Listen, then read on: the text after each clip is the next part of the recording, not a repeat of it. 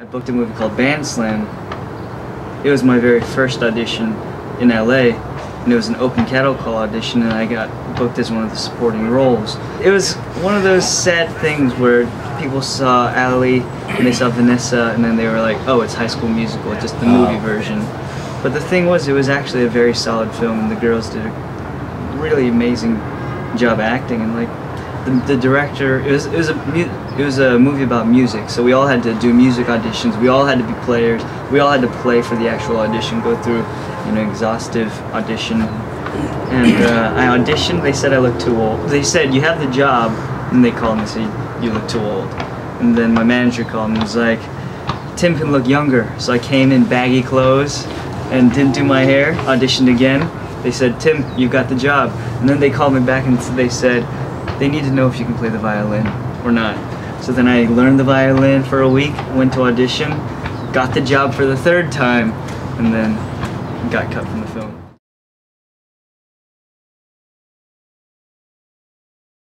I Am Ben is a movie that I did with some of the castmates from Bandslam.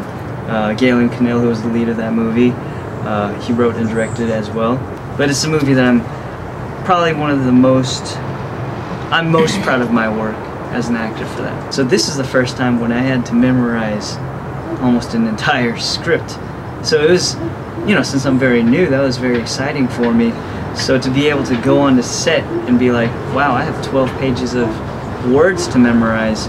After like the second day, I knew what it meant when people said, you know, acting roles sort of click in, because I had the character was in my body, in my blood, and whatever words you gave me, as long as I felt they you know, were in sync, you could give me like another 12 pages and I would have been able to, you know, feel very confident about, you know, playing it. I just found out 2 nights ago that I got cast in another movie, and we're shooting in Colombia in January, so that should be interesting. Colombia as in South America? Santa Marta, Colombia, going in January. Oh my God, what's that?